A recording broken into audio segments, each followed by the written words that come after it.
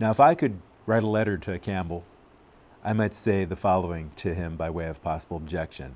Dear Campbell, you seem to think that an act of moral choice is an exception to the otherwise universality or near universality, with given quantum mechanics, of universal determinism. Is that even credible? Why should we make a special exception of ourselves in the universe? Why is there any reason to think that we're special relative to the rest of the universe, such that here and only here do we have an exception to universal determinism? Oh, and yes, quantum indeterminacy. That seems like it's putting us as a kind of a special category as opposed to all the other types of matter and beings that there are in the wide universe.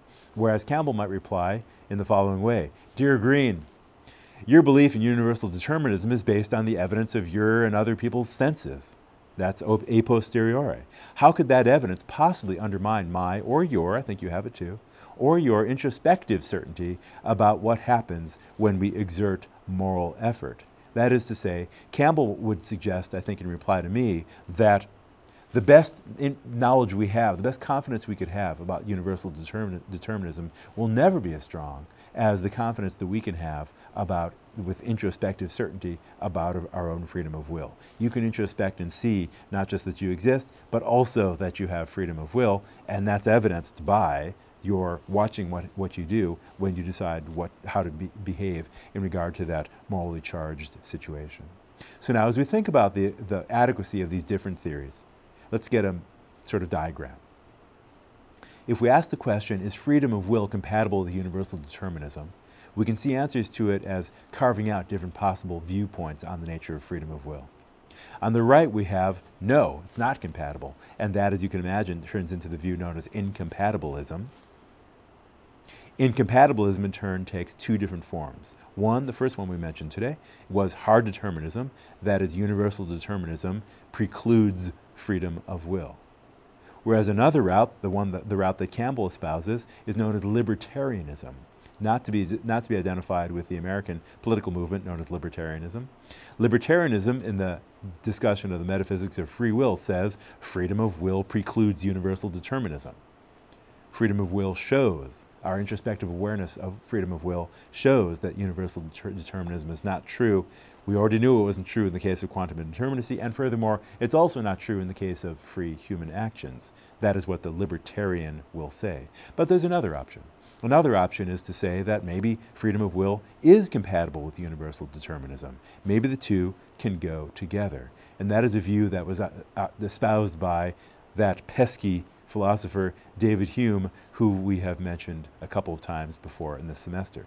Hume asks, do we really have to choose between universal determinism and free will? He's not so sure that we do, writing, I hope to make it appear that all people have ever agreed in the doctrine of necessity and of liberty. That's what in the 18th century was often used to refer to what we now call the problem of free will, according to any reasonable sense which can be put on these terms, and that the whole controversy has hitherto turned merely upon words. That is to say, Hume contends that the so-called free will debate depends upon a misunderstanding of the terminology that we use to describe it, that the notion of free will, if we look at the meaning of the phrase freedom of will and cognate locutions, is being misunderstood when we think that there's an incompatibility with any kind of determinism.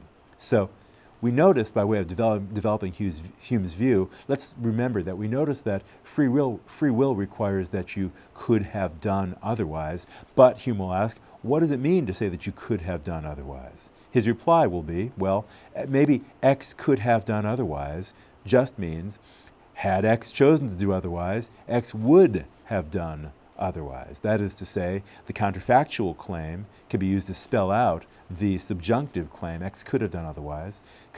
Spell that out in counterfactual terms, had he chosen to do otherwise, he would, or at least would have had a fighting chance of doing otherwise than he in fact did.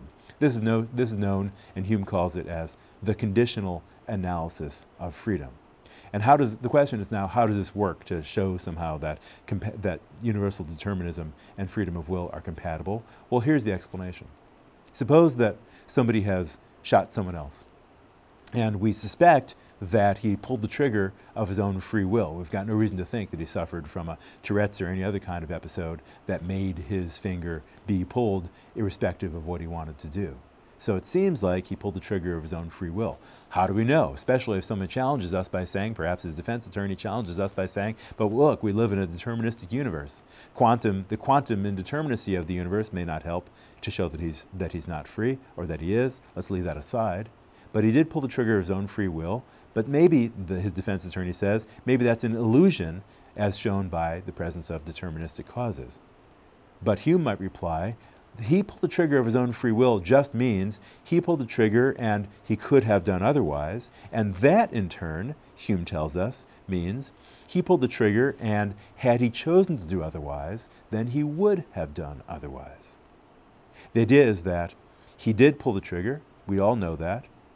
And we think that he could have done otherwise. The question is that true in a deterministic world? Hume's answer is, I think it is, so long as we keep clear that we should analyze could have done otherwise in terms of had he chosen to do otherwise, he would have done otherwise.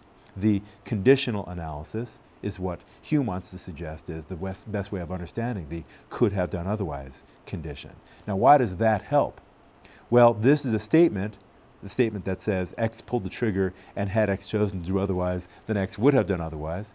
This is a statement that can be true in a deterministic world, that is, a world in which universal determinism is true. So, therefore, can the statement X pulled the trigger of his own free will. Compare. Had the billiard ball been hit differently, it would have gone into a different pocket. Compare that with, had I chosen to do otherwise than I did, I would have done otherwise than I actually did. The first sentence, the billiard ball sentence, seems like it can be true in a deterministic world. Had it been hit differently, it would have gone into a different pocket. That seems perfectly true, even if we're in a deterministic world. And then Hume will argue there's no reason why the same thing can't hold for human actions. Why can't it also be the case that had I chosen to do otherwise than I did, I would have done otherwise, even if I'm in a purely deterministic world?